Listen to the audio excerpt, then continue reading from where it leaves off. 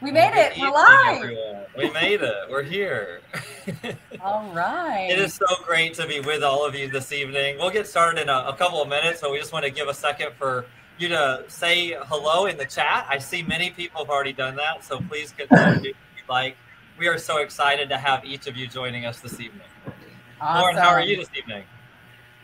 Did you say Lauren? I did. How are you? I didn't hear you. I thought you said David. I'm doing great. I'm so excited to be here. I am so excited looking at all of the people from all over these United States who have come to join us this evening. Cannot wait to have this discussion tonight. It is such an important discussion right after we marked the first anniversary of dogs. And we've got some superstars with us. They probably look familiar to you, right? David, how are you this evening? I'm great. I'm so excited to be here. Awesome. So good to have you. And then we've got the Martin Cannon from Thomas More Society with us, America's lawyer. He's America's lawyer, right? Good evening. Thanks for having me. Lauren just gave you the title of the night. I like that. I'll take it. America's lawyer. I love it. Yeah. We've got America's pro-life strategist with us, David Bereit, and America's lawyer, Martin Cannon. And we're just the Sidewalk Advocates. We're their sidewalk sidekicks, right? You're America's Sidewalk Advocate team. That's right. We're America's Sidewalk Advocates. We are. That's right. Sometimes we show up in Puerto Rico and Mexico City, but, you know, yeah. But no, that's great. So as I'm looking at the names of the people in the chat, first of all, to everybody who's already signed in and said hello, and what a rock star group you have here, Lauren and Nate. This is amazing. And for everybody who's joined us who hasn't put your name in, put it in the chat so we can just realize what amazing people we've got on this event. This is incredible. So exciting. We've got Colorado, Atlanta, Georgia, Oklahoma City, Oklahoma. Hello to Teresa from Michigan. She didn't say where she is, but we know Teresa. Hello, Teresa. We've got Helena, Montana, Asheville, North Carolina, warm but breezy. Nate, you're like blistering hot over there in Orlando. Oh my I goodness. bet you wish So you were it's warm still, but breezy. I know, right? It's still nearly 100 degrees outside here in Orlando. So Yeah. It has been a hot day. Pretty hot in Texas. David, what is it in Virginia tonight? Well, it was during the day. It got up to like 91, 92. It was quite nice and toasty, but it's cooled down a little bit into the evening here. So, you know, we may get down into the mid 80s, you know, nice and cool. Cold front coming through tonight, That's right. We are miraculously at a ripe 89 degrees here in North Texas. Mr. Cannon, you're from Iowa, right? You're in the great state of Iowa. How crispy are you there? It's pretty sultry. It's humid. It's been real dry, but we've gotten a lot of rain lately, so now it's real humid. It might be 85 or 90 degrees outside. Not too bad. Okay, we're all about the same. Yep. My garden is happy. I've been trucking water to it forever, and I haven't had to water it for a week or two now, so that's nice. That's a positive. There you go. All right. We've got a big howdy from Albuquerque, Nashville, Tennessee, Allentown, Pennsylvania, another Asheville, North Carolina. We got a couple of Asheville Sidewalk Advocates there in the chat. Kathy, the director of the Midwest March for Life, says, hi, that's my lawyer too. So, so you are America's lawyer. There you go. Wow. I'm sure a lot of people would say that Martin is their attorney. You probably defended them. And, some good that's pieces. right. And we have Casper, Wyoming, just said hello in the chat. Thank you, Carol, for joining us tonight. Casper is definitely so on our hearts. So thank you for being here.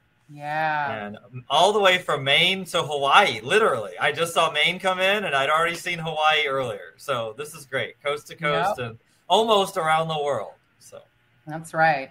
Well, you guys are in the right place because David Bereit knows how abortion is going to end in America. He's, again, America's strategist. So wait, I was here to learn that from the pro-life attorney, America's pro-life attorney.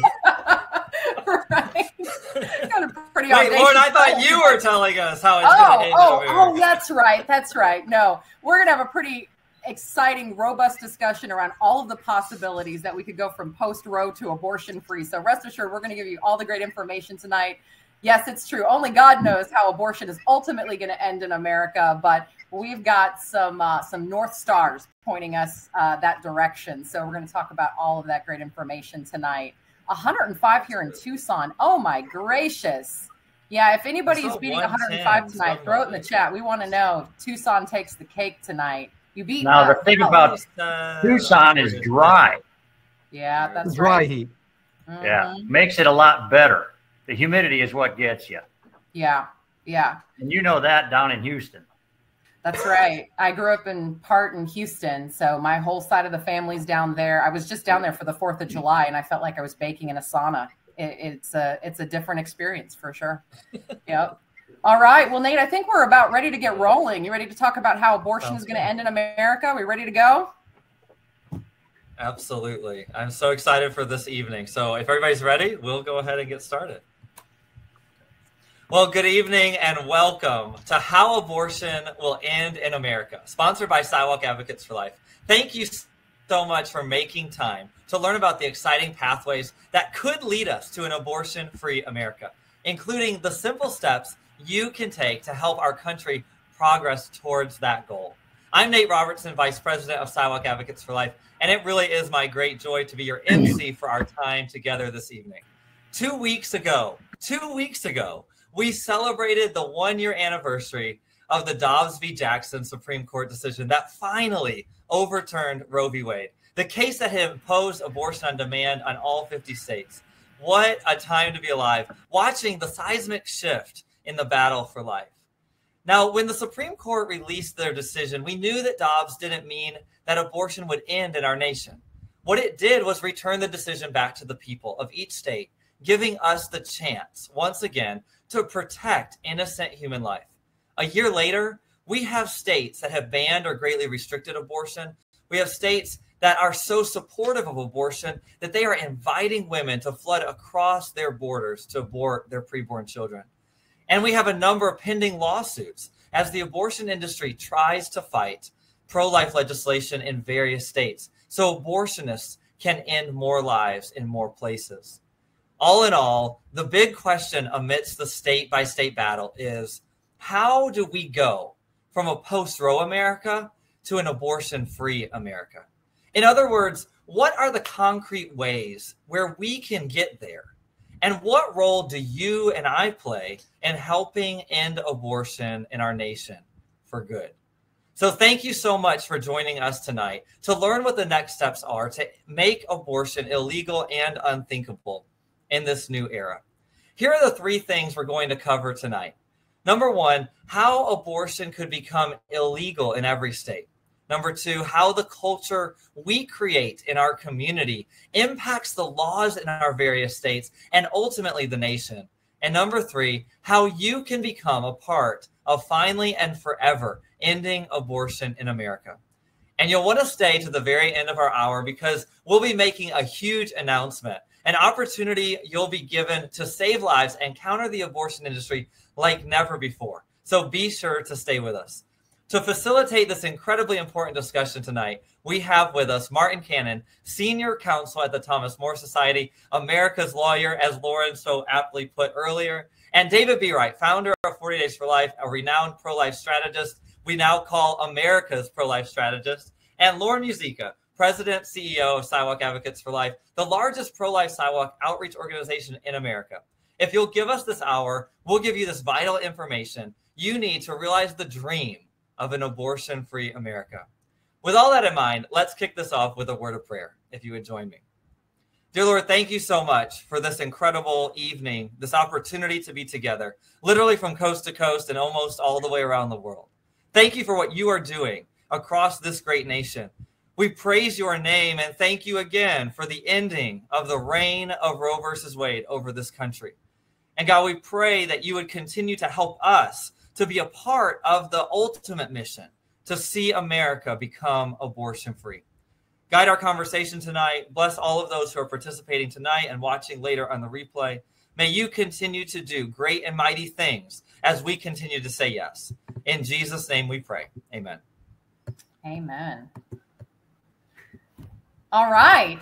Well, thank you so much, Nate. What a great start. I don't think we actually introduced Nate, our MC tonight. He is the Vice President of Sidewalk Advocates for Life. We forgot to put that in your outline, but we're so grateful to you, Nate, for everything that you do. Nate leads our programs department here at Sidewalk Advocates for Life, and he visits so many of our teams. He's mentored so many advocates on the sidewalk and helped you to better answer the call that God has placed on your heart to save lives and to end abortion in your community. So special thanks to you, Nate, We're so honored to have you emceeing this important discussion tonight.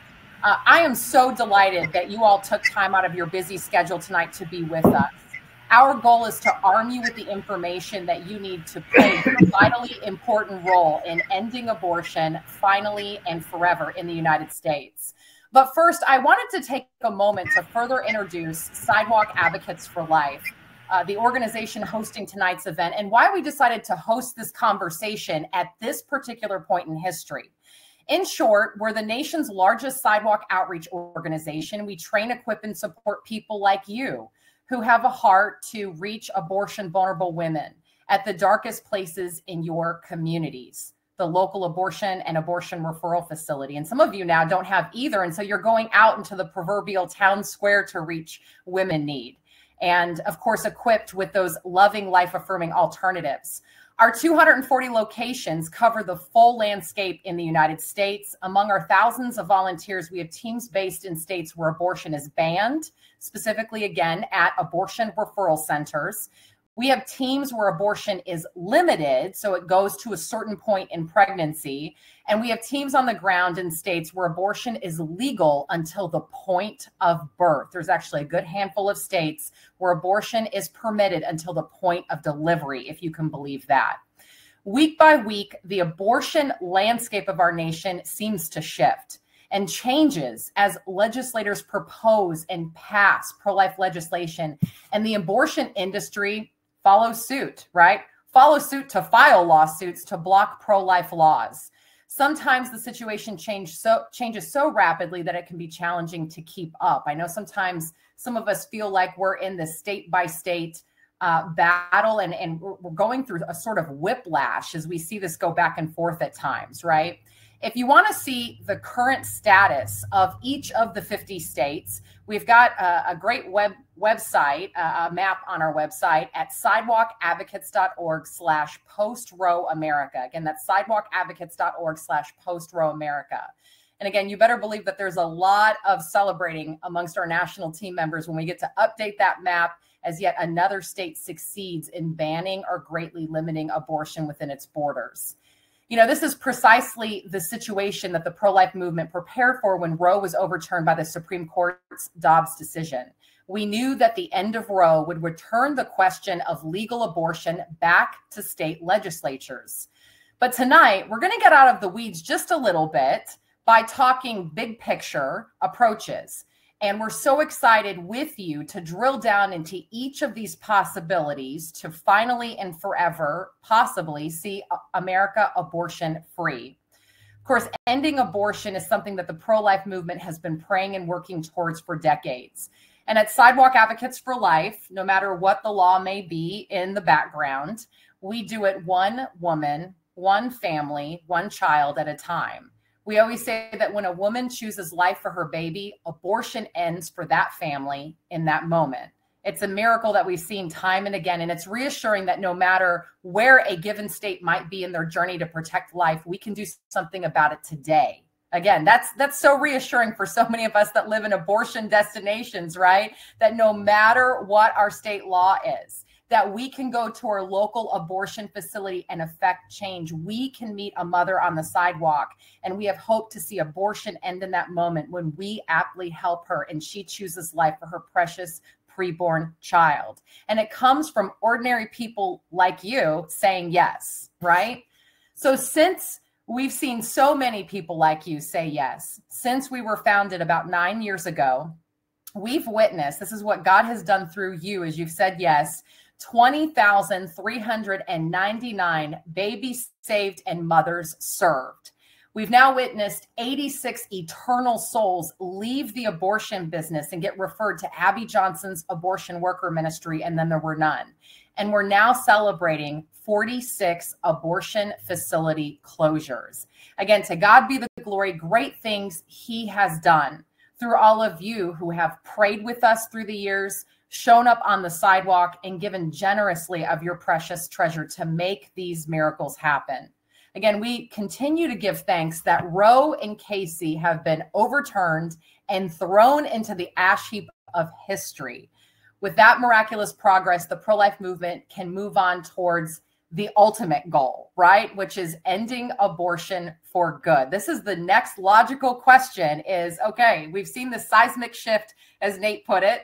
We've seen this huge change. We're now a post-Roe America, but knowing what's at stake, how do we go from post-Roe to abortion free? So to kick off more of that discussion, I want to go ahead and invite in Mr. Martin Cannon. He serves as senior counsel at the Thomas More Society. He's an incredible supporter of our program. He is America's lawyer. Mr. Cannon, thank you so much for being with us tonight to talk about some of the legal pathways. Again, we're going to get to the nuts and bolts here, right? To ending abortion in our nation. Great to have you this evening. Thank you. It's a fun conversation to have, and there are lots of interesting components to it. Yes, absolutely. Well, you and I had a pretty robust discussion before the webcast earlier today, and we talked about all these different possibilities that we're about to outline for our audience tonight. But you said something really interesting that just hit my heart. That it just has been rolling around in my mind and heart ever since we talked earlier today. And it's the idea that the Constitution itself provides a pathway for the citizens of this country, for ordinary people of faith and conscience, to do things like this, like outlawing abortion, to protecting innocent life, right? Innocent human life. Can you speak a little bit to that? And then we're going to get to the specifics of some of the ways that we could actually see America get there legally. Yeah, the reason that's important, the pathway thing is very important because the Constitution itself is under attack. You know, obviously by the left. If anything's wrong with America, there must be something wrong with the Constitution. The problem with that thinking is that the Constitution is not some old derelict document that is frozen in the time in which it was written, when it came together, when our country came together as a compilation of people from all over the world who brought the evils of humanity with them. The Constitution was drafted, interestingly enough, it kind of tiptoed around slavery because there was not going to be a Constitution if it tried to take a stand on that. The 13 colonies could not prohibit slavery in one another any more than we could prohibit slavery in France today. They were separate sovereigns. So they agreed to come together on the condition that they maintained their sovereignty. And this is where states' rights are very important to the Constitution, to the abortion argument. They came together on the condition that they could retain their autonomy and also on the condition that they could leave the Union if they wanted to. So that's a very interesting part of the whole Civil War discussion. But the reason I bring it up is because the Constitution provided a roadmap to a decent future that didn't necessarily exist at the time. And by giving people, or I should say retaining among the common people the power to govern themselves, you have the best chances of decency showing up and prevailing. It's why we don't have slavery anymore.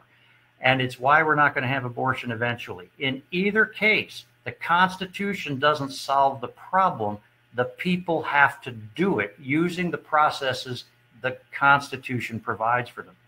So it's very important, no matter what big issue you have, an engaged moral populace cannot be set aside or substituted for. The people have to be engaged. They got to be. They were engaged in slavery.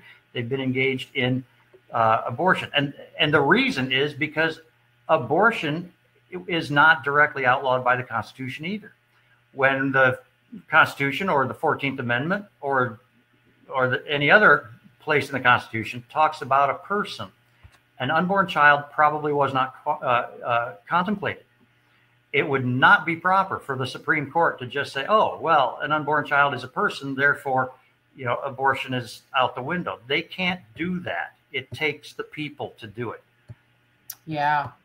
Really important idea here.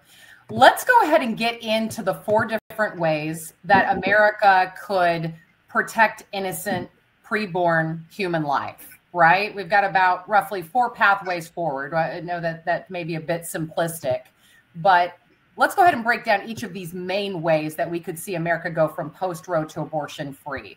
So this is something that folks may not be familiar with. It's called the Comstock Act. So let me say that again, Comstock Act. This is a federal law that applies to every state. How do you see it potentially impacting abortion, Mr. Cannon?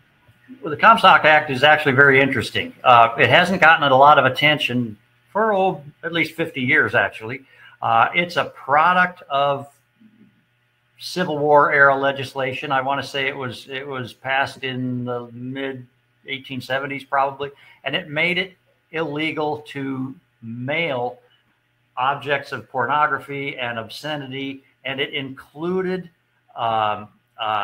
things like birth control and abortifacients. Comstock was an anti-vice crusader, and he became I want to say he became postmaster or something. I don't remember it very well, but the vehicle, the whole thing was keep this stuff from going around in the mail. Now, in the years since, the U.S. Supreme Court, on infamous ruling, said no, a person has a constitutional right to privacy, so you can't say they don't get to trade in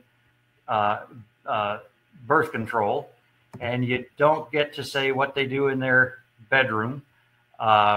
So those were implicit carve-outs out of the Comstock Act.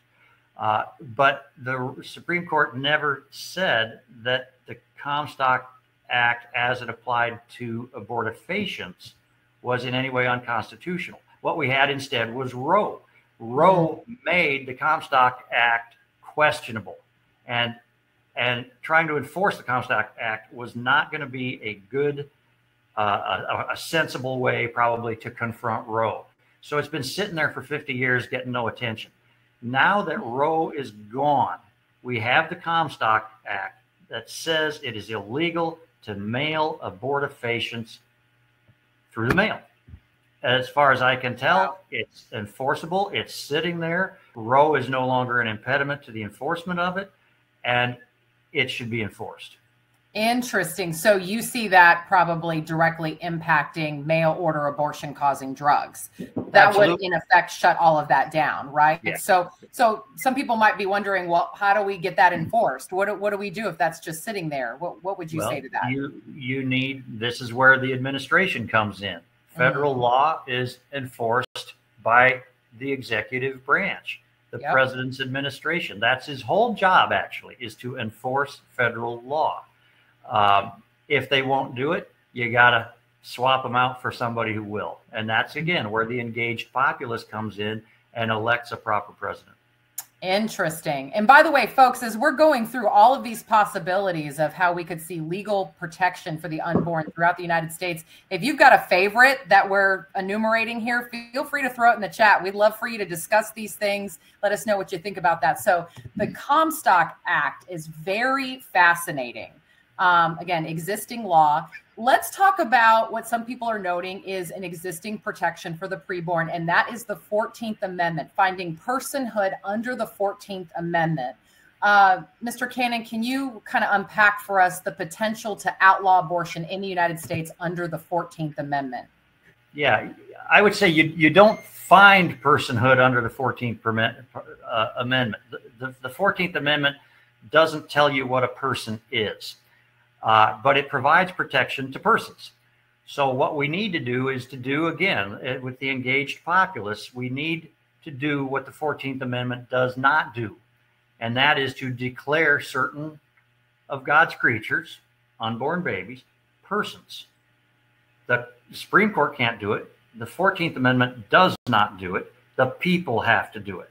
So we can either pass legislation in Congress, and by the way, we can also pass it in various states that says unborn babies are persons. In theory, we could say unborn babies at 6 months or at 3 months or at conception are persons.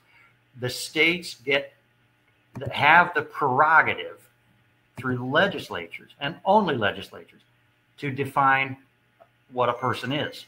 The federal legislature could also do the same thing. It'll happen in 2/3 of the states in this country before it ever happens in Congress. I'm pretty sure. I don't know. But in any event, the 14th Amendment is a tool for the benefit of persons, but we have to define the persons. Mm-hmm. And that should be done. And I believe it should be done at conception because no other threshold can bear scrutiny. Yeah, absolutely. And I put in the chat there's a great article from Live Action discussing personhood under the 14th Amendment. As they note, a coalition of 26 pro-life groups and individuals published something called the New North Star Coalition Letter, posing a clear goal for the pro-life movement post-Roe, ending abortion by ensuring the equal protection of preborn children. So if you want to go ahead and save that particular link and dig into that and that letter, it's a really good and interesting read. Mr. Cannon, go ahead. About the Equal Protection Clause. Yeah. It's actually a little bit different. You and I talked earlier, and maybe we can elaborate on it here if you want.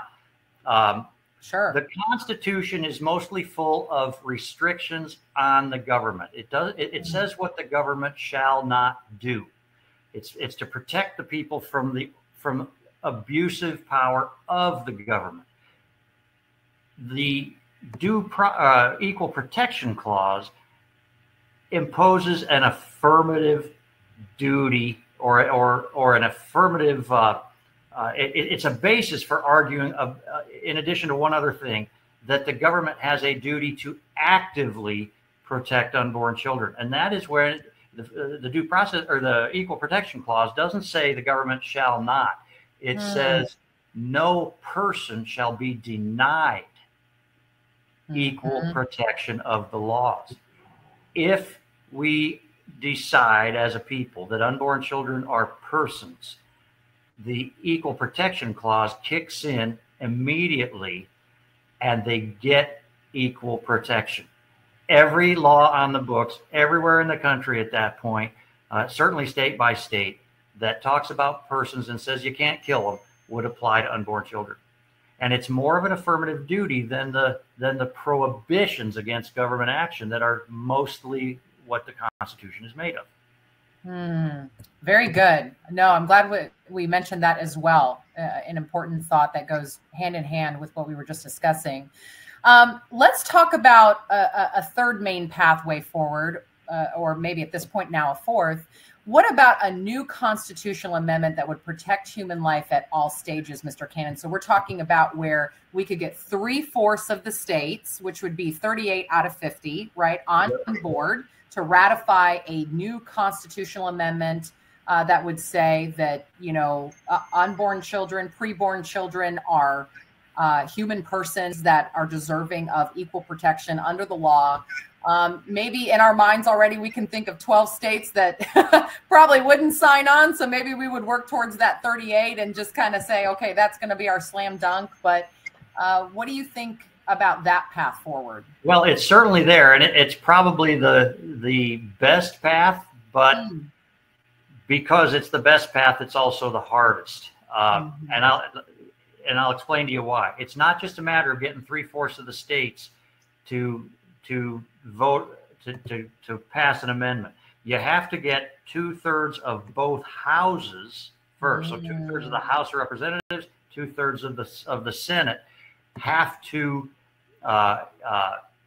basically call a constitutional convention, or 2/3 of the states can call a constitutional convention. In either case, a constitutional convention occurs, and proposed amendments come out of that constitutional convention, and assuming that they can get out of that convention, and it'd be contentious, undoubtedly, but something that comes out of that convention then has to be ratified by 3/4 of the states, and I believe it's the legislatures of the states.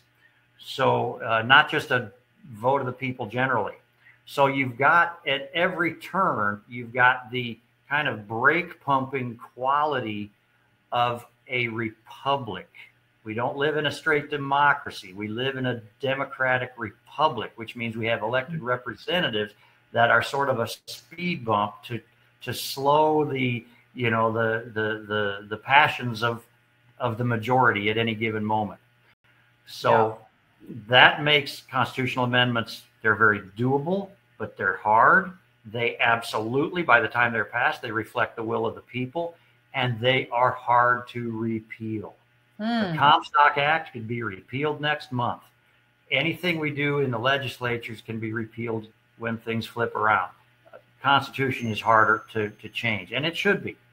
Yeah, that's really interesting. So a path forward would be 2/3 of the states call a constitutional convention, and then 3/4 of the states would have to ratify it. And we've done this over 20 times in our history, right? 27 times. And the last time that we did this, I believe you said it was 1971, right?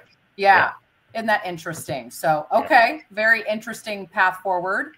Let me go back to something, if I can, very quickly, about the 14th Amendment. Somebody had mentioned that the 14th Amendment, found a right to privacy, and this is kind of what gave us Roe and all that. And they asked if we could use the right to privacy maybe in the favor of the unborn children. But you don't have to. Personhood trumps privacy any way you slice it. Mm-hmm. Everything I've said so far tonight depends upon the people getting it in their collective mind that an unborn child is a person and making it a law. Mm-hmm. The states can do it. Congress can do it. Once that's done, privacy rights under the 14th Amendment go out the window as far as the woman's right to have an abortion. The Comstock Act is no longer necessary because you can't kill unborn babies. The path forward is to get our collective brains around what we should have gotten around post-Roe. Post-Dobbs, we have to do it. An unborn child is a person from the moment of conception. There is no other place to end the inquiry. Roe made false thresholds, trimesters, viability. Even the pro-lifers have done that, trying to do something about abortion, heartbeat, fetal pain, 15 weeks, 12 weeks. We're creating thresholds because they kind of humanize the child, and we're trying to march backward toward conception. But none of them bears any scrutiny. They don't have anything more to do with personhood than a 4-inch trip through the birth canal. We know perfectly well that if it's a baby on the outside, it's a baby on the inside. Let's not do what Roe did and create thresholds that we're going to be regretting when the argument turns to the pill, which it's going to more and more. If we're going to push back the pill, it's only going to be because personhood arises at conception. So let's not create thresholds that are going to undermine our own argument. Yeah. Personhood.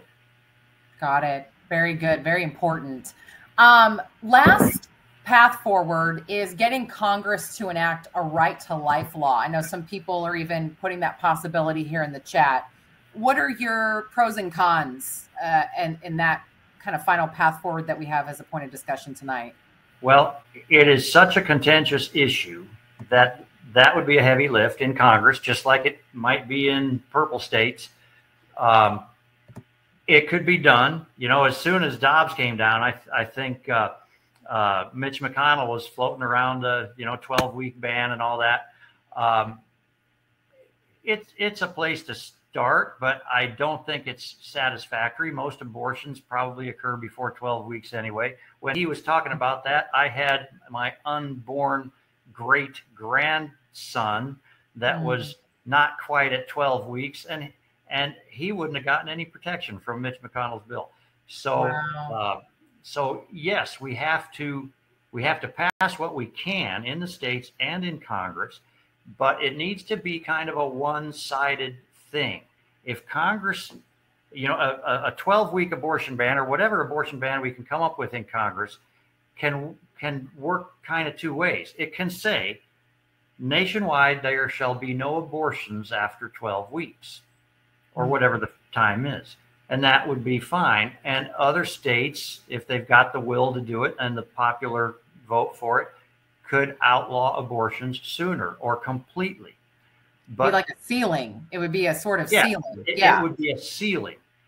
But a 12-week federal ban or a 12-week federal threshold could also be the opposite, which could essentially say no state can ban abortions earlier than 12 weeks. In other words, if the feds occupy the field and they say this is the only law, states can't make laws more restrictive, that's a disaster.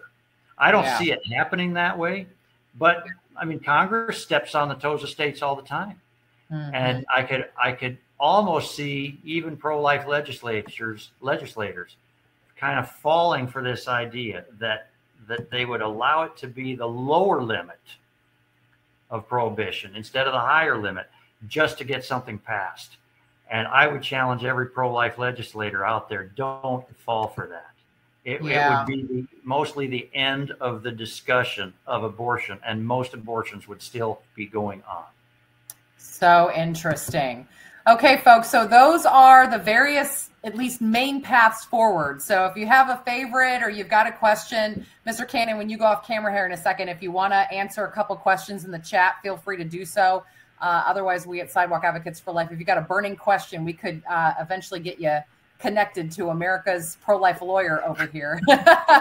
And he could definitely help you all out. You know, I have to say, this actually made me feel very optimistic. The pro-life movement has faced tremendous challenges, uphill battles, all these decades since Roe. You know, a lot of people thought that it was impossible to overturn Roe and Casey, that it wouldn't even happen in our lifetimes. But here we are, right? So as difficult as some of these paths to outlawing abortion could be, the fact is we have a number of very strong options to see that come to fruition. So Nate, before we move on to our next segment and move on to America's pro-life strategist, anything that you want to add to this really enlightening discussion? It's fascinating to think about all these possibilities, right? Yeah, it really is fascinating. And I just sat here really drinking it all in from, you know, Mr. Cannon. It's just so interesting, the different paths and what could happen or what, you know, might be challenging to happen. You know, I think it speaks back to the beauty of our constitutional republic, right? Our democratic republic and the way that it's set up. But it also means that it's not necessarily easy. And it's probably supposed to be that way. So I am really hopeful that there are paths forward. I think that we need to continue to buffet the different ideas that continue to be passed around and figure out what is maybe the best path forward for us to all coalesce around. And I hope that at one point in the future, the pro-life movement will do that and move strongly forward. Yeah. And I know that there's already, you know, a great coalition around personhood under the 14th Amendment and some other ideas that are being tossed around. And, you know, we at Sidewalk Advocates for Life don't take a particular position on any one path. We're a pregnancy help organization, but we do believe that any step forward towards full legal protection for innocent preborn human life is worthy. And so as we look to change culture, hint, hint for what's coming up next, we have hope that the law will follow suit, right? So, all right. Well, thank you, Mr. Cannon. I know we've got a lot of great discussion going on in the chat. Feel free to go off camera and answer some of those if you want, or we can get folks connected to you. But again, there's a great discussion going on here. Folks, feel free to throw your favorite path forward in the chat, and we'll keep the conversation going.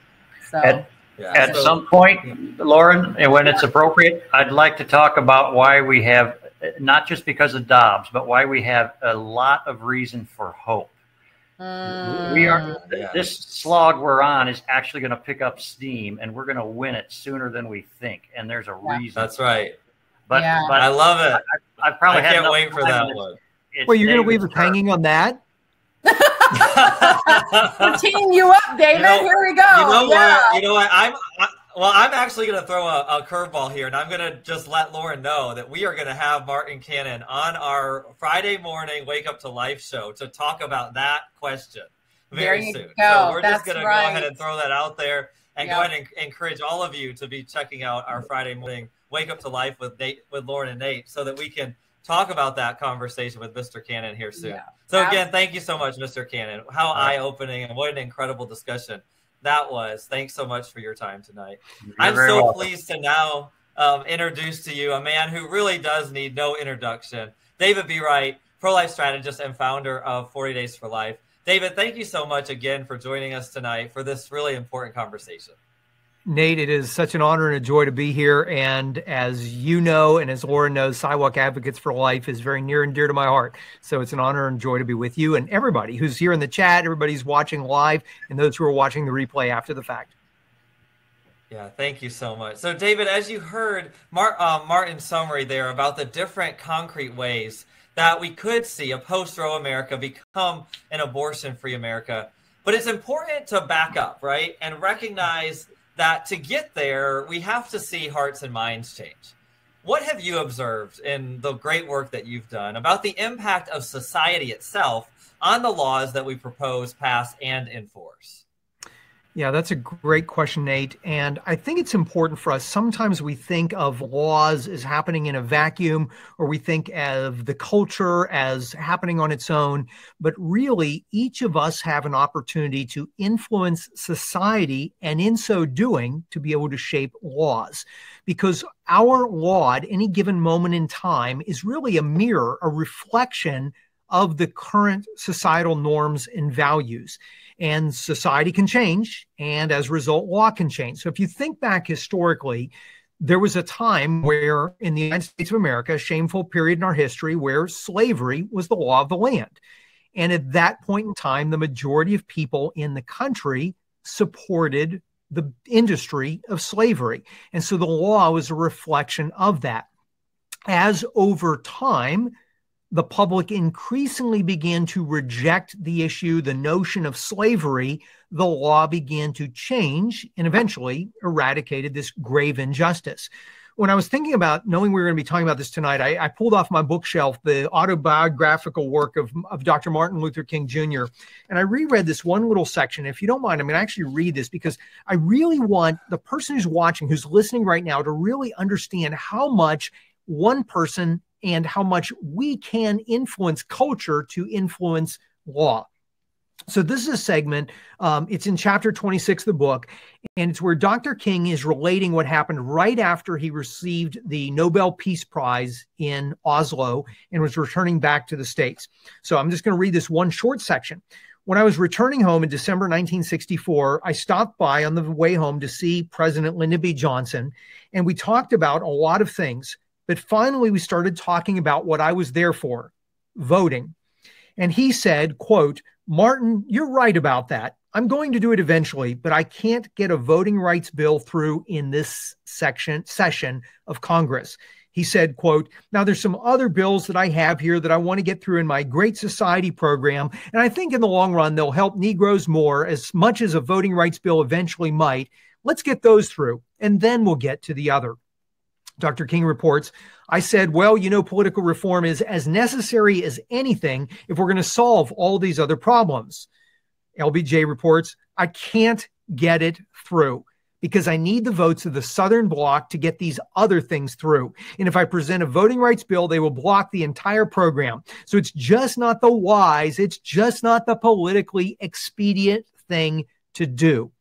And Dr. King reports, "I left simply saying to myself, well, we'll just have to do the best we can." I left the mountaintop of Oslo and the mountaintop of the White House, and 2 weeks later went down to the valley of Selma, Alabama, with Ralph Abernathy and the others. Something happened down there. 3 months later, the same president who told me in his office that it was impossible to get a voting rights bill was on television calling for the passage of a voting rights bill in Congress, and it did pass 2 months later. The president said nothing could be done, but we started a movement. And history will show that what happened is when he went down to Selma, people who for years had had their rights trampled upon were willing to come out of their homes, out of their schools, out of their churches, and go to the streets to create a necessary social tension that led to the society shifting and ultimately the passage of the 1965 Civil Rights Voting Act. So law does not exist in a vacuum. It's influenced by what people believe and what people accept as normal or right. And we can look at the abortion industry. The abortion industry has numerous times leveraged changes in societal attitudes, sometimes manipulating those changes to influence legislation. We saw this happen last November in the elections when they're continuing to position abortion as choice and healthcare in their discourse. And they also use these rare exceptions and they inflate claims to exploit the general public's unease with, wow, a complete abolition of abortion. And they use that to tank pro-life legislation and to impose amendments that enshrine abortion in state constitutions. This narrative has been really effective due to all the fear mongering, right, in the culture we've seen since the Dobbs decision from the media and from politicians. But what we can't forget, Nate, is that the pro-life movement is where we are, having just achieved the biggest victory in the last 5 decades, the Dobbs decision overturning Roe, because for 50 years, people prayed, people marched, people were willing to stand up. They were willing to support women in a time of need. They were willing to go to the sidewalks outside abortion facilities. They were willing to save lives and protect women. They were willing to help workers leave the abortion industry. They were willing, as Sidewalk Advocates for Life has done so potently effectively, they were willing to work to close down dangerous abortion centers, changing hearts and minds, getting the right people elected, getting pro-life laws passed at the local and state level, getting Supreme Court justices appointed. And that's why we have the victory we have. So never forget that society and the public and us, we can shape the culture which will shift the laws. And that's why it's so critical that we change hearts and minds to embracing the truth that every life matters and that we need to assist women in a time of need. That is right, that is just, and that is what we are called to do. Wow, David, I am like literally almost just shaken to my core by just how well you put that forth. And just this idea of exactly that, how we truly do have the power, one by one, to change the trajectory of our nation. It's so clear that every individual's actions, the way that we share truth about the dignity of human life, the way that we reach out to women on the sidewalk, the way we advocate in our communities, everything we can do does make an impact. So let me ask you, maybe to get a little bit more specific, what's your own experience with the way local efforts really do affect national trends?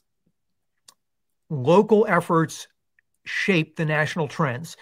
They do not exist separately. The local drives the national. The national is made up. It's like a body made up of many parts, right? The national is a reflection of what's happening locally. When I think back, I got started in the pro-life movement in a small town in Texas, College Station, Texas, the home of Texas A&M University. Whoop, Gigamaggies.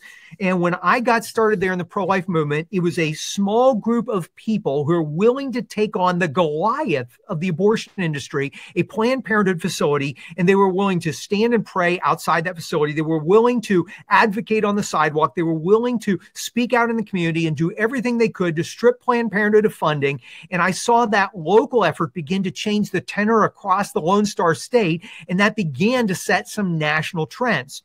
And it was there in that town where the first local 40 Days for Life campaign happened. It was a local effort. It was meant to solve one problem, one Planned Parenthood, children dying, women being wounded in one town. But once that campaign was successful, it became a model that was replicated and scaled to hundreds of other cities across America, now all around the globe. More than 1 million people have participated, more than 20,000 lives saved. God is moving in a powerful way when we each show up and do our part. But in this, I will say, as much as it's critical that we pray, as much as it's critical that we show up, one of the most important things we can do is to be a voice outside of these facilities, to show up and to offer hope and help to a mother who many times has no one else, not one person in their life saying, I will help you. And for a sidewalk advocate to be able to reach out and say, I will help you. Our community will come alongside you. That is where we see lives saved on the front lines. Yes, even in this post-Roe environment, in states where abortions are still being delivered, but also when people are fleeing across the borders of some states to go have abortions elsewhere. It's more important that we are there to offer hope and help to women now more than ever. And there are so many other things that are demonstrating the power of what local can do to influence national. I think about the sanctuary cities for the unborn, a beautiful movement where individual cities are passing ordinances to outlaw abortion within their city limits, empowering people at the smallest micro level, right? But it keeps abortion facilities from coming to those towns. It provides hope. It provides a bastion of freedom from abortion. And this has grown from a few individual cities to now becoming a nationwide movement. You look at how local efforts and state efforts have shaped and shifted national legislation. Even when we look at the Dobbs decision, it was influenced by what a lot of states and what a lot of local people had done first. And I think about, for each of us, what can we do? How can we become empowered so that we can be that voice of change locally that's going to make a difference? I'm going to put in a plug here. I just have to do this. But I think one of the best things that anybody here can do, whether you're watching us live, whether you're listening to the replay, is make a commitment to be at the National Sidewalk Advocacy Conference this October. It's happening October 6th through 8th. In Dallas, Texas. It's at the DFW Marriott North Hotel. So it's just a couple miles from DFW Airport. You can fly in, you can get out easily. You can go to prolifeconference.com to learn all about it. There's a room block. You can get a free shuttle. All the meals are covered. It's an amazing event. I've been to most of these conferences, and I will tell you, if you want to come and say, how can I be empowered to make a difference where I live, and that cause a ripple effect that will shape the nation, go to this event. It's epic. It's a training event, specifically now catering to post-Roe America, covering the newest frontiers of this landscape. How do we address mail-order abortion pills? How do we address all the gender confusion and Planned Parenthood getting into the transgender hormone therapy? How do we address sex trafficking and abortion destinations? All of these things, you can come and find out how you can make a difference in the exact moment we're in, so you can be that light of change that will have an effect in your community, and that will have an effect across your state and throughout the nation. Incredible, David. Thank you so much for all of that. Just great information right there. And so excited about our conference. We all are. You know, it can really feel like a real life David and Goliath situation when a small group of people tries to take on big abortion in their community. But our Sidewalk advocates across the country have proven time and again that it can be done. We recently announced that a total of 46 abortion facilities across the country have closed for good, in part because of the loving outreach of Sidewalk advocates that impacted the abortion facility's bottom line, eventually leading to their permanent closure. And of course, a huge part of Sidewalk Advocates' successful outreach is our partnership with a local pregnancy help organization, a life-affirming place where we can refer abortion vulnerable women to get the support, the services that they need. David, what would you like to say about the critical role of pregnancy help outreach in creating a culture of life? Yeah. We as pro-lifers, it's not enough for us to say no to abortion for a person. We have to give them a place where they can say yes to life. And when I was running 40 Days for Life, the very first thing we were training our local leaders and campaigns to do is forge a relationship, identify your local pregnancy resource centers, get to know them, because your goal outside the abortion facility is to get someone who is willing to change their mind to get where they can get the help they need to help them throughout their pregnancy and even after their child is born. And that's what pregnancy resource centers do. Thousands of them, some 3,000 across the country. These are compassionate places. These are places that are highly skilled at providing the assistance, the support, the guidance. They can work with women if they choose to place the child for adoption. They can help them to have other alternatives. They can help them with ultrasounds to see into that window into the womb and see the fingers and toes and the heartbeat of their child. And that 75, 80% of women who are even abortion determined, who see that child within that window into the womb, will choose life. These pregnancy centers offer counseling. They offer financial support. They offer parenting classes. All of these things are to ensure that no woman is alone. I remember years ago, Students for Life of America had commissioned a research study, and they surveyed thousands of women who had had abortions. And they found that of those who had abortions, 74% said, if one person in my life had said, I will help you, 4 words, I will help you, I would not have had the abortion. And so for us as sidewalk advocates, us as people interacting with somebody who's pregnant in our church, in our neighborhood, in our children's schools, or as those of us who are working in conjunction with our pregnancy centers, we need to say, I will help you. And then we need to follow up by actually making good on that promise. And our pregnancy resource centers are the best place to possibly do that. So I would encourage you, if you know your pregnancy resource center, get involved with your time, your talent, your treasure. If you're not yet involved, find out who they are and get involved. No matter what facet of the pro-life movement you're a part of, that is crucial frontline work that needs our support in post-Roe America now more than ever before. Yeah, it's so incredible. And we do so value our partnerships with local pregnancy centers in the locations where we serve. And of course, our national networks like Heartbeat International and CareNet, which are such a powerful ally in providing resources to women in need. As we wrap up, David, I wonder if you have any additional words of wisdom to share with members of our audience tonight who are wondering where to start when it comes to building a culture of life in their community, in their state, and in our country. Yeah. So I'm just going to go back to the words that Dr. King used at the very end of that little segment. The president said nothing could be done, but we started a movement. You, at this moment in time, can start a movement, a new movement, a post-Roe movement that can impact your community, that can impact your state, and that can impact America. But the other thing that really struck me as I reread that is it's not, but I started a movement, but we started a movement. So this is not just about you in isolation. It's about you aligning your talents, your gifts, your skills, your experiences with others in your community, and then having the amazing support of Sidewalk Advocates for Life, guiding, directing, encouraging, supporting, and helping you. So as a person of faith, if you are, I would encourage you first and foremost to pray, because with God, all things are possible. Ending abortion on our own, it seems impossible, right? The president said it couldn't be done. We started a movement. In our case, the U.S. says ending abortion is impossible, but guess what? With God, all things are possible. And through him, we're going to start a movement. So that's kind of the first thing. Pray. And if you feel led during certain seasons, fast, because some demons can only be driven out through prayer and fasting.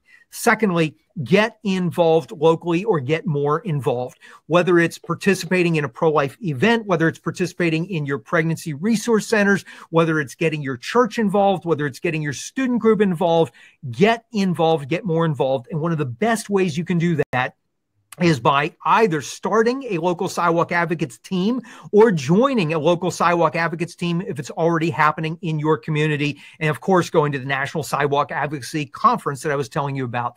I believe from the bottom of my heart, and I've worked with just about every pro-life organization across the movement throughout the United States and many around the world. I believe that the work of what you are doing in Sidewalk Advocates for Life is among the most impactful and effective and crucial in this post-Roe moment work that could be done. So do everything you can, learn from what Lauren and Nate and the others are teaching you, put it into action, and you will make a difference. And then get involved civically, make sure you're voting pro-life, reaching out to your legislators, advocating for pro-life bills, stopping pro-abortion bills, and everywhere you go, be a champion for the dignity of human life. If you do those few things consistently, get a little bit better every single day, we will be a part of starting a movement that will overcome what the world says is impossible. We know that with God it is, and you can be a part of not only saving lives, not only ending abortion, but changing the very course of history and building God's kingdom here on earth as it is in heaven. Wow. David, it's just such an incredible honor and joy to listen to you talk and just inspire us once again. It's just so inspiring. I could sit here and just have this conversation for much longer than the time we have together tonight. Lauren, anything that you'd like to add? I don't even know if you could, but if you have anything to add, please do. I'm speechless too, David. It's been a grace and a blessing learning from you. I spent, the first part of my time in grassroots pro-life work with 40 Days for Life, and the Lord really impressed upon me the importance of prayer first. We have the story of Mary and Martha. Mary, who sat at the feet of Jesus and prayed. Martha, who was busy, about doing many things. And I'm notorious, many of us are, for being that Martha, running to go fix things, running to go do things. But we first go to prayer. That's our foundation. That's our strength. And from that strength, we get our marching orders, right? And then that's the important thing, is we actually have to go do what God is asking us to do. And he stretches us. I know he stretched me in ways I didn't think I could be stretched, right? And I know many of you, there's so many saints here, that so many names I see, people in the chat who've sacrificed so much on behalf of the greatest human rights movement on earth. And I think the most important thing is that we continue to give our yes. And that's how we're seeing miracles. They told us for nearly 50 years that it could not be done, that Roe versus Wade would forever be the law of the land. And here we are today on the other side of that. And I still remember a couple of weeks ago being at the Pro-Life Women's Conference. I had the blessing of emceeing that great event. And I still remember one of the speakers standing on stage, and he said, in the next 50 years, I am just saying right now that personhood will be granted to the unborn. Isn't that beautiful? Like, let's just call it. Let's believe it. With God, all things are possible. That maybe in our lifetime, maybe I can live that long to see that. I don't know. We'll see. But I'm not that old. I just turned 21, so it's possible. But anyways, that's right. Me too. Lord, if you're 21, I am too. So wow, I'm still in my teens. That's right.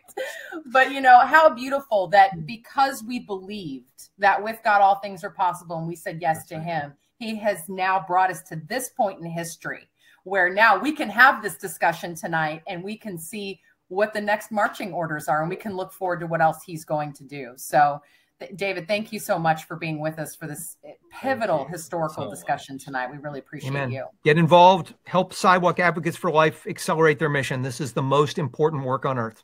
Oh, thank you. Thanks, David. Thanks, David. Thanks so much. What an amazing discussion we've really had tonight, Lauren. And now I think it's time. It's time for a huge announcement. Big announcement. So as I mentioned earlier, we recently celebrated the incredible 1-year anniversary of the Dobbs decision. 1 whole year without the shadow of Roe v. Wade haunting our nation. But the end of Roe, as we've said, did not mean the end of pregnant moms in desperate need of love and support. In fact, Sidewalk Advocates for Life is needed now more than ever before in every state, at every abortion referral facility in the country. Whether abortion is legal, illegal, limited, or embroiled in a court case, we cannot stop our mission of serving moms in crisis, saving the lives of preborn children, and ultimately making abortion not only illegal, but unthinkable.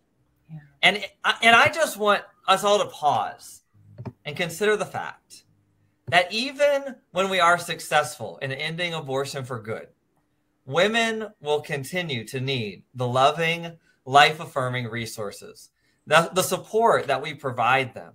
Wherever those women are, Sidewalk Advocates need to be, standing in the gap between life and death, providing real help and hope before it's too late. Yeah, Nate, I couldn't have said it any better. It's so vital that we all understand that the end of abortion is contingent on us cooperating with the grace of God and ultimately continuing to give our yes to God. We are all responsible for electing wise legislators who will value the dignity, who will uphold the dignity of every human life, leaders who can help us build a society where abortion really is unthinkable, a society where women have the resources that they need, a society where support for pregnant and parenting women is visible and vibrant. And I want to share one story that just articulates the power of one, as David so aptly discussed tonight, and then the power of a community coming together. So there was, this is a story that comes to us from recent history here. A young woman connected with a sidewalk advocate who stayed in touch with her by text and eventually was able to help the young woman make an appointment at the local pregnancy help organization. Her situation was really complicated. Neither her mother nor her grandmother wanted her to have her baby. Her grandfather was supportive. He even gave her rides to and from her job, but then he fell ill and she had no way to get to work.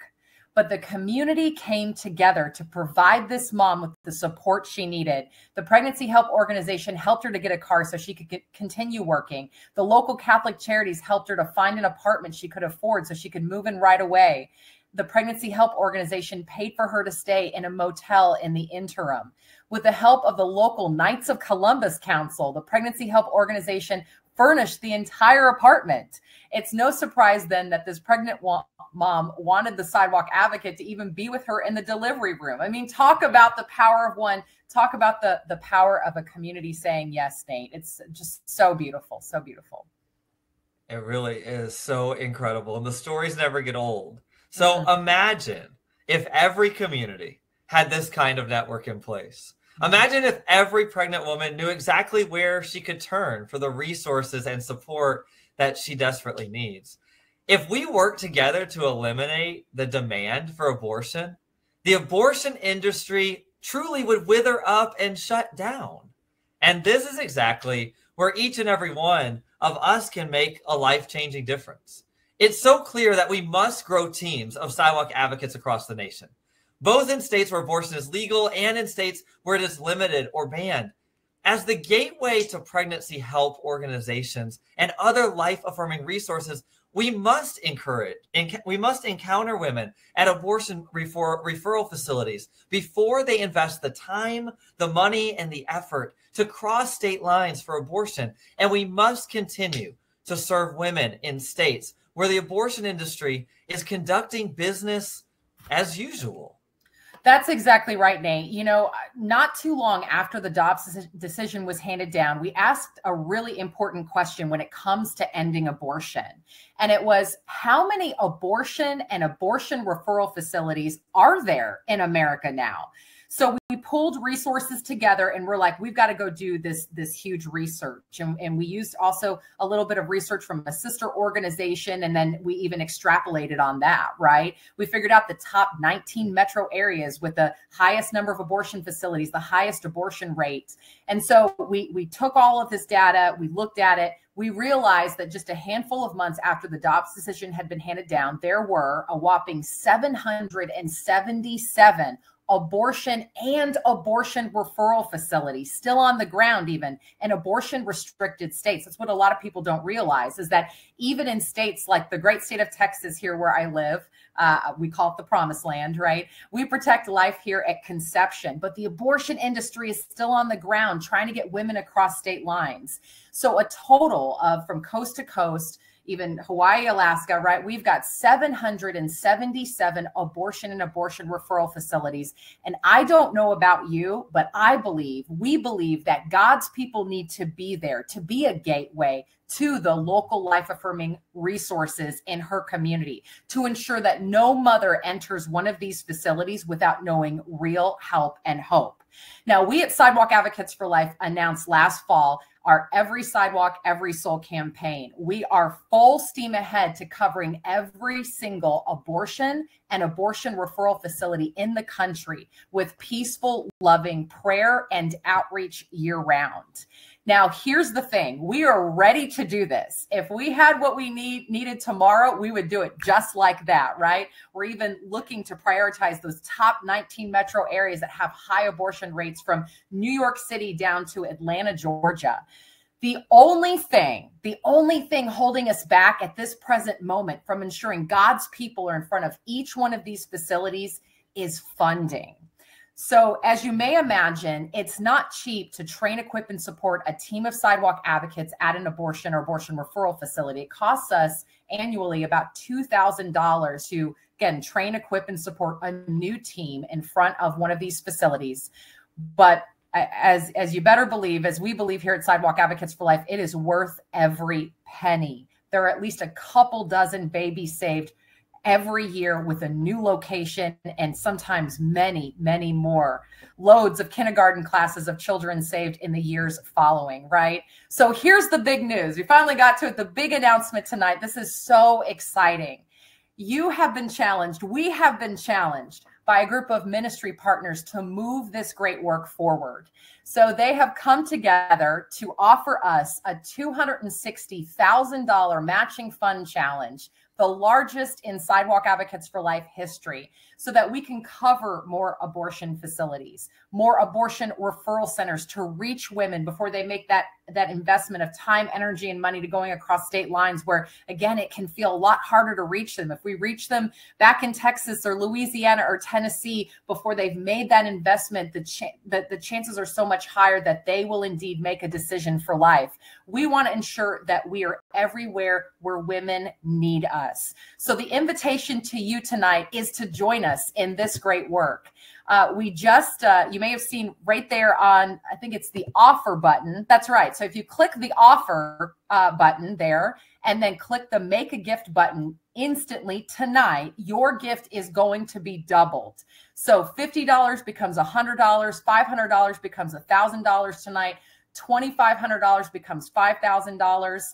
Just note that if you're on a desktop or laptop computer, it will open a separate window. But if you're on a mobile device, it may direct you to a new window. Don't worry, you can quickly make your gift and hit the back button, and you can rejoin us on the webcast at that point.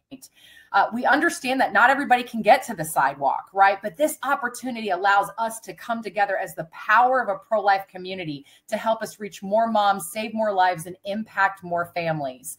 So when you make your gift tonight, one of the things that we want to do is thank you by name. We won't say last name. We won't say identifying information, but your first name and where you're, you are, the state that you're in, right? So we'll just say, hey, Bill in Virginia, we want to thank you because you're helping to make this work possible, right?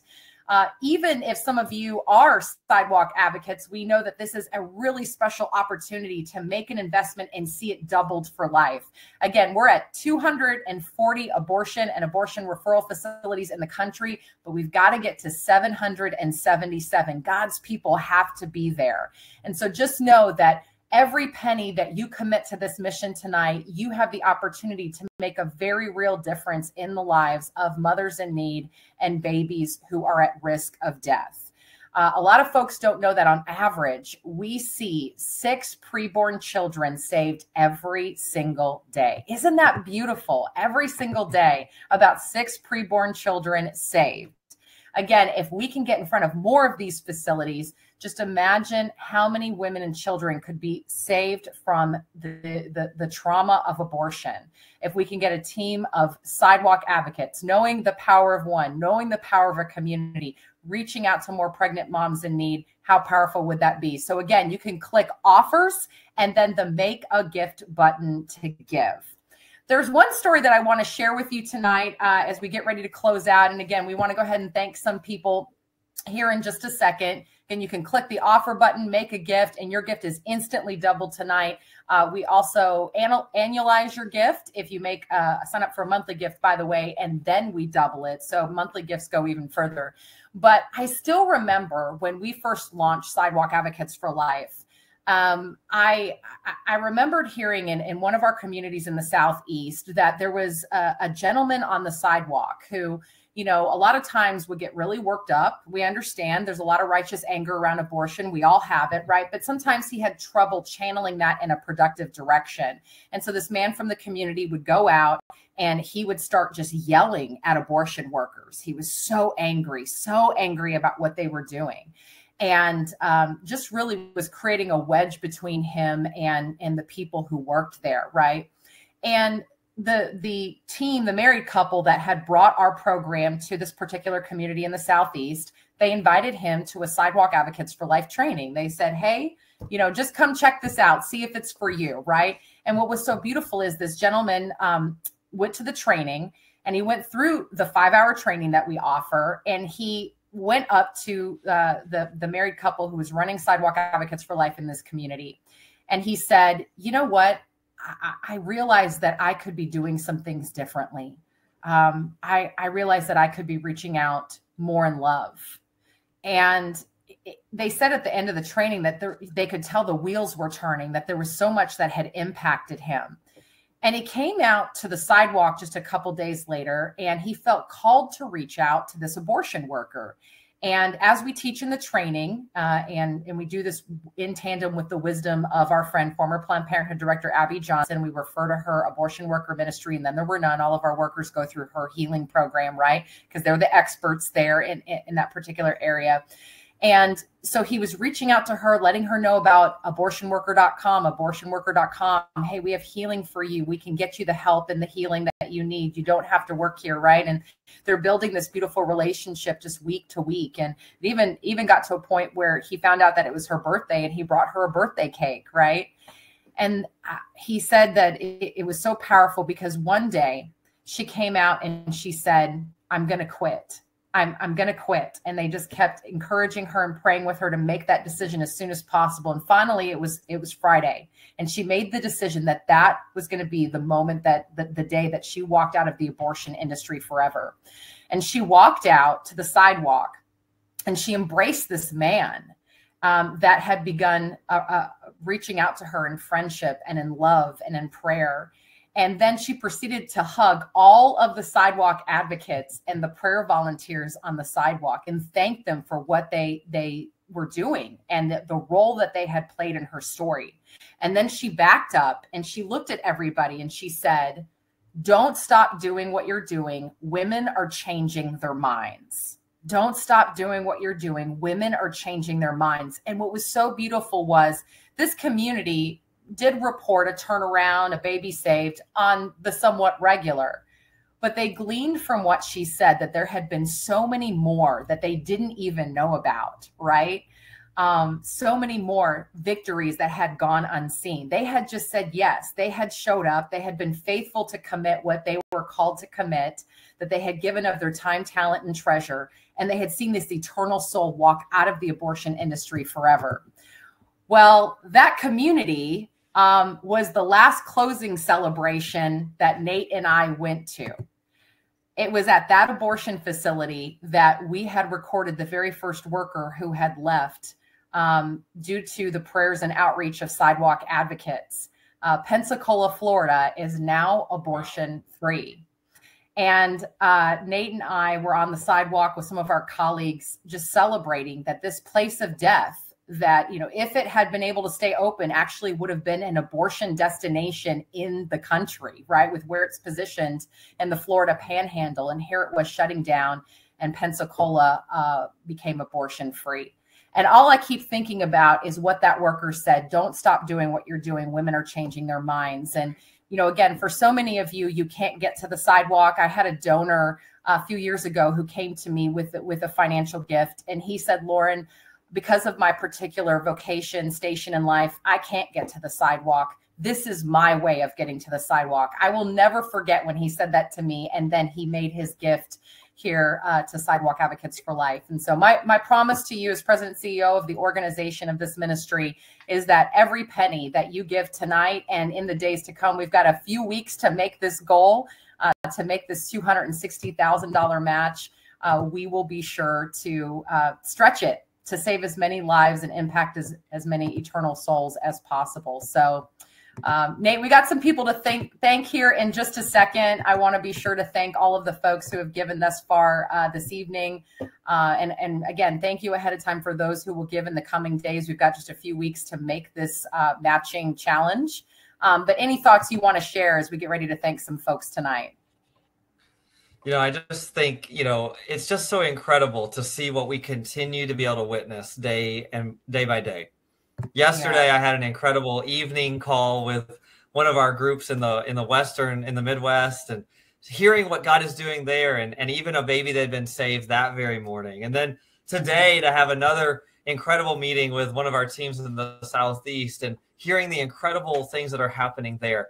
Literally, it's happening everywhere, all across America, everywhere that we have a team. And what's so incredibly important, but just the incredible opportunity that we have before us is that each of us, wherever we are in America, can be a part of this great mission as we feel God's call to give of our treasure, right? You know, we give of our time, but we also have the opportunity to give of our treasure. And we're just so grateful. I'm just so grateful to continue to hear the stories day in, day out of what is happening across America as people just continue to say yes and go to the sidewalk and be the hands and feet of Jesus and make sure that women are well informed and show them hope and help and what healing can look like. And as we journey with them, we truly are seeing America become abortion free, one mother at a time. So, yeah, that's right. All right, let's go ahead and thank some folks real quick tonight. Again, if you're making your gift, I'd love to be able to thank you this evening. Everything you give tonight is doubled. And then for the next few weeks, again, this is an opportunity that we've never had in Sidewalk Advocates for Life. This is the largest matching challenge in our history. We're going to need every penny. We're going to need your help. So again, thank you so much ahead of time for the sacrifices that you're making to help see this reality of covering more abortion and abortion referral facilities. Let's come together as a community and ensure that, you know, no mother walks into one of these facilities without knowing real help and hope. So I want to thank Laura in Texas. I love these abortion restricted states making gifts, right? Again, women are still leaving our communities to go to the next nearest abortion facility. We've got abortion referral facilities on the ground. So thank you for that. We've got Laura in Arizona. Thank you so much, Laura, for your gift this evening. We've got James in Colorado. Thank you, James in Broomfield. I was actually in your neck of the woods recently. That was my most recent trip. I drove through Broomfield, Colorado. Thank you so much. Blanca in San Antonio, Texas. Thank you so much, Blanca. Really appreciate your gift tonight. Robert in Danbury, Connecticut. I know there's work to do in Connecticut. Robert, thank you for being part of the solution. Really appreciate you. Joel in, we got another Texas, Texarkana, Texas. Thank you. That's Pastor Bud, who's one of our Sidewalk Advocates in Louisiana. Thank you, Pastor Bud, for making your gift this evening. Ken in Merriam, Kansas. I know Kansas has been through a lot recently with that referendum, that ballot measure that's been so tough. Ken, thank you for your yes. You've been with us for years in lockstep and supporting this great work. Really appreciate you. Alexis in Stone Mountain, Georgia. Thank you so much, Alexis. Really appreciate you and your gift this evening. We've got Salvatore in Newtown, Connecticut. So funny. I'm seeing different states or some of the same states pop up, right? Few different states, but some of the same ones pop up. Let's get a state from all across the United States tonight, right? Let's get them all. Let's get all 50 tonight. Let's see if we can do it. That's right. Jack from South Elgin, Illinois. Oh, thank you so much, Jack. We really appreciate it. Illinois is an abortion destination in the Midwest. We definitely need an all hands on deck response there. So, Jack, thank you so much for your gift. Kelly from Edmond, Oklahoma, another abortion restricted state. Kelly, thank you for being with us tonight and for giving this evening. Appreciate you. We've got, let's see, Robin from Marietta, Georgia. And she even made her gift in memory of someone tonight. So we will take note of that. Thank you so much, Robin. Marietta, suburb of Atlanta. We've got an incredible team there. Thank you so much, Robin, for being with us. We've got our own Susan from Virginia. We do have national team members who make donations as well. We definitely take those too. So giving of their time, talent, and treasure. So thank you all so much for being with us. If there is anybody else tonight, as we get ready to do our closing prayer here, we will go ahead and rattle a couple more names off. But Nate, as people are discerning tonight and will be discerning in the weeks to come, will you go ahead and close us out tonight? And can we just go ahead and pray over all these great efforts? Absolutely. Let's pray together. Dear Lord, thank you again for this incredible night. God, I personally am so inspired by the things that Martin and David both shared, and just knowing of the hope that we have as we move forward. God, I thank you for the opportunity that is before all of us to be involved at some level, joining a Sidewalk Advocates for Life team, starting a team, giving to the mission, praying for Sidewalk Advocates across the nation. I'm just so grateful for all of these opportunities, and I ask that you would continue to move on the hearts and minds of those everywhere listening to this call and throughout our network who are considering how they can be more involved. God, I pray that you would speak to their hearts as they are discerning what they are to do to be a part of this great mission of providing the Sidewalk Advocates to every sidewalk where there is abortion and abortion referral facilities open, so that we can continue to reduce the demand for abortion by intercepting women who are in great need. God, I pray that you continue to bless what we are doing throughout Sidewalk Advocates for Life. Continue to bless each and every person who gives and who is connected to our ministry in some way. And may you continue to get the glory for the great things that you are doing as we continue to say yes. It's in your name we pray, Jesus. Amen. Amen. All right. Well, we have had such a powerful evening. I know for me, the way my brain thinks, I love to kind of understand what are all the paths forward, what seems like, the most viable one as opposed to this one, as opposed to that one. And I think we've got some really interesting possibilities before us. So we'll continue to pray over all of this. But I think the common denominator here is that, just as David said so well, the power of one, the power of our community coming together. Let's do what God is calling us to do. And then we have faith that the law will follow suit, right? Because at the end of the day, even with the law changing, we want abortion to be unthinkable in the heart of every American, right?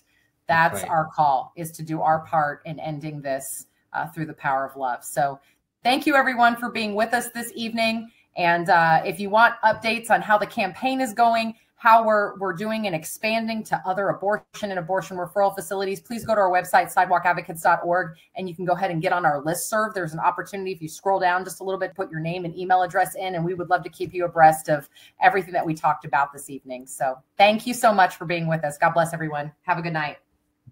Bye-bye.